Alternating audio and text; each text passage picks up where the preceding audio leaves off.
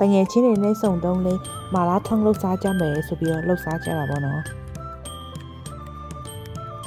ကျမတို့နေ့လည်ကရီတော့ကူပြီးအပြန်မှာပေါ့နော်မာလာထောင်းပေါင်းပြီးလှုပ်ရှားကြတာပေါ့နော်အဲ့မှာမီးသွေးနဲ့မွေးထားလို့မထားမှာမိတ်တော့ငါညာဘလောက်တော်ကြလားခင်းရွှေစီတာမရှိကောင်း ရေစဲထုတ်ဖို့ဘလောက်လဲ2300ပါအဲ့မှာဝယ်လာတဲ့အခင်းနှစ်ခင်းလေးကိုထည့်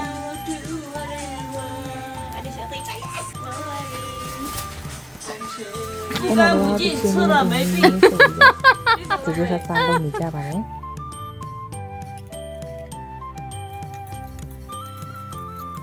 အဲ့မှာရှိသမျှပင်လယ်စားတွေအကုန်လုံးရှိသမျှအရွက်တွေရှိတဲ့ဟာတွေအကုန်လုံးကိုညက်ထဲနေရပါတော့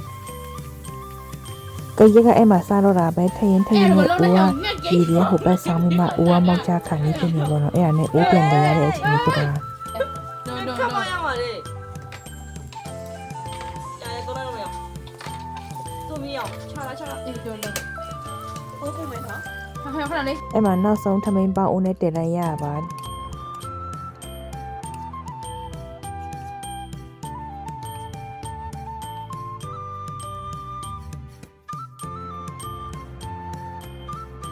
ဘာမှမလုပ်တော့ကြည့်နေမိမမရှိတာမိမရှိတည်တည်ရနော်မေ finally တော့ရပါပြီစင်